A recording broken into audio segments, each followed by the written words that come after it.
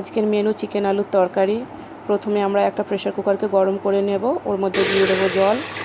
তারপরে আমরা নিয়ে নেব পেঁয়াজ কুচানো 3টে মিডিয়াম সাইজের, আদা রসুনের পেস্ট আর 3টে টমেটো স্লাইস করে কেটে রাখা।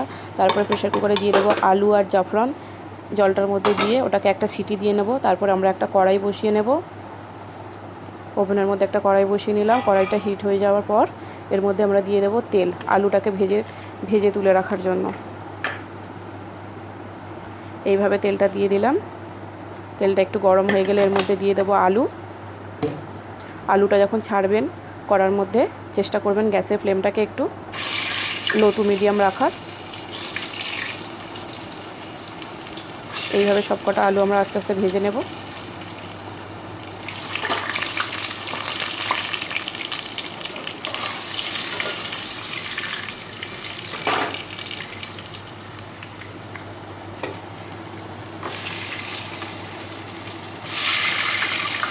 সবকটা আলু আমরা এইভাবে দিয়ে দিলাম। একটু নেড়ে চেড়ে লাল হয়ে গেলে এটাকে আমরা তুলে নেব। যে দেখুন একটা সুন্দর বাদামি বর্ণের কালার এসে গেছে। এটাকে আমরা একটা জায়গার মধ্যে তুলে নেব, পাত্রের মধ্যে। এরপরে আরও অবশিষ্ট থাকা বেঁচে থাকা আলু ওগুলো দিয়ে দেব। এইভাবে দিয়ে ওগুলোকেও ভেজে তুলে নেব আমরা।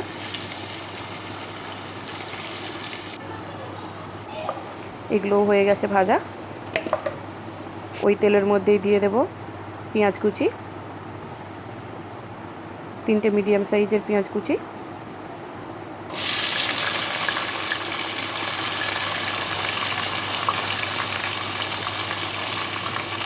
পেঁয়াজটাকেও আমরা নেড়ে চেড়ে নিয়ে হালকা বাদামি বর্ণের করে নেব।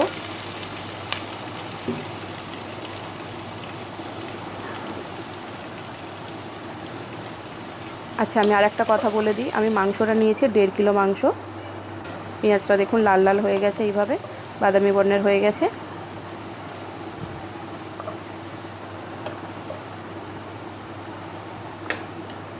এর মধ্যে আমরা দিয়ে দেবো চিকেনটা, ধুয়ে রাখা চিকেনটা দিয়ে দিলাম।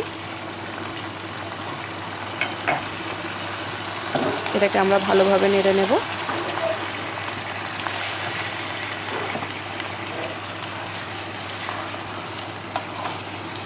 এইভাবে ভালোভাবে আমরা একটু নেড়ে নেব, কষিয়ে কষিয়ে। আপনারা চাইলে এর মধ্যে একটু লেবুর রস দিতে পারেন, কিন্তু আমি দেবো না, আমি যেহেতু টমেটো দেবো। যারা টক দই দিয়ে করবেন একটু লেবুর রস দিয়ে দেবেন। নুন দিয়ে দিলাম 2 চামচ।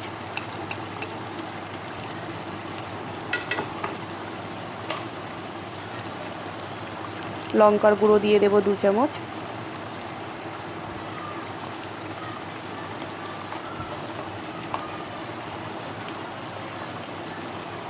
জিরের গুঁড়ো দিয়ে দেব 2 চামচ।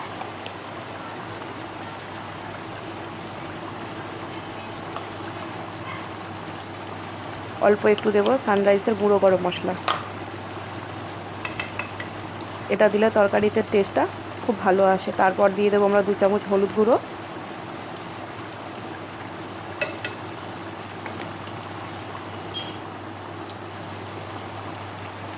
আদা রসুনের পেস্ট, একসঙ্গে মিক্সড পেস্ট আদা রসুনের, ওটা আমরা প্রায় 4-5 চামচ দিয়ে দেবো। হাফ বাটি পরিমাণ করা ছিল, ওটাকে দিয়ে দেবো ভালোভাবে। বাটিটা আমি একটু দেখাবো, দেখুন এইভাবে। অবশিষ্ট যেটা লেগে আছে ওটাকে আমরা জল ধুয়ে দিয়ে দেবো। এরপর দিয়ে দেবো আমরা টমেটো কেটে রাখা স্লাইস করে 3টে, ওটা দিয়ে দিলাম। আপনারা চাইলে মিক্সারে পেস্ট করেও দিতে পারেন যদি সময় কম থাকে।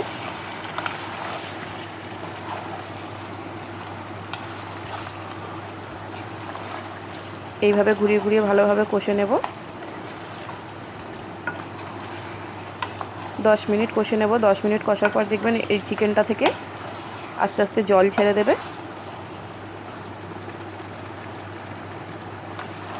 এইভাবে 10টা মিনিট আমরা ভালোভাবে কষিয়ে নেব। দেখুন চিকেনটার মধ্যে জল ছেড়ে দিয়েছে। এটাকেও ভালোভাবে আমরা একটু কষিয়ে নেব। টমেটোগুলো একটু ভেঙে ভেঙে দিচ্ছি নরম হয়ে যাওয়ার পর। এইভাবে গায়ে প্রেস করে করে কড়ার গায়ে ভেঙে ভেঙে দিচ্ছি।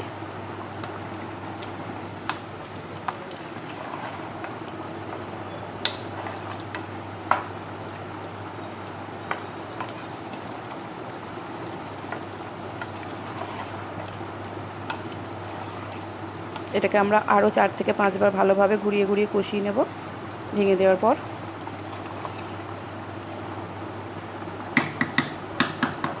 এর মধ্যে আমরা ভেজে রাখা আলুটা দিয়ে দিলাম। আলুটা দিয়ে আমরা বেশি কষবো না, 4 থেকে 5 বারই কষবো। কষে এটার মধ্যে জল দিয়ে দেব। অবশ্যই জলটা আমি গরম জল করে রেখেছিলাম ইলেকট্রিক মগে।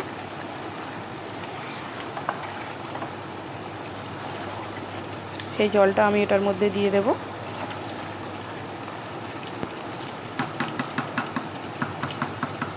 যেহেতু আলুটা আগের থেকে ভেজে তুলে রাখা, তাই আমি গরম জল করে নিয়েছি।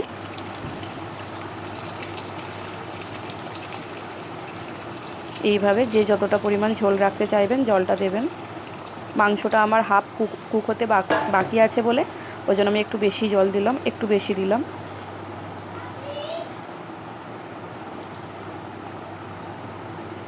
এইভাবে আরও 2-4 বার আমরা নেড়ে নেব। এইভাবে দেখুন।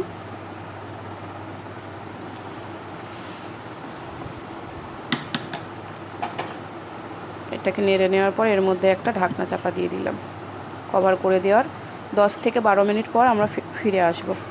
এই যে দেখুন, এই পর্যায়ে ঝোলটা দাঁড়িয়ে আছে। এটাকেও আমরা আবার একটু নেড়ে নেব যাতে নিচে না লেগে যায়। এইভাবে ঠিক হালকা হাতে প্রেস করে করে নেড়ে নেব।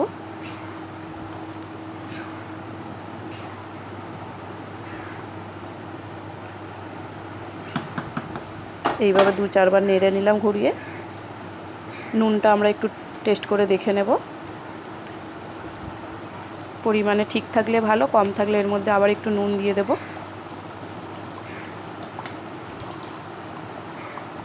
আরও একটু আমি নুন দিয়ে দিলাম। দেখুন,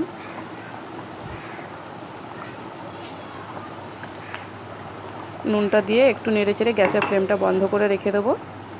আমার হয়ে যাওয়ার পর এর মধ্যে আমি একটু সানরাইসের গুঁড়ো গরম মশলা দিয়ে দিলাম। ঝোলটা আমি একটু গায়ে গায়ে রাখলাম, কারণ এটা খাবার সময়ে এটা আরও একটু টেনে যাবে। এর উপরে ধনেপাতা দিয়ে দিলাম ছড়িয়ে। দেখুন, একটু বেশি করে দিলাম যাতে খুব ভালো লাগে। এটা আমার রান্নাটা কমপ্লিট। এটাকে এবার আমি কভার করে রেখে দিলাম।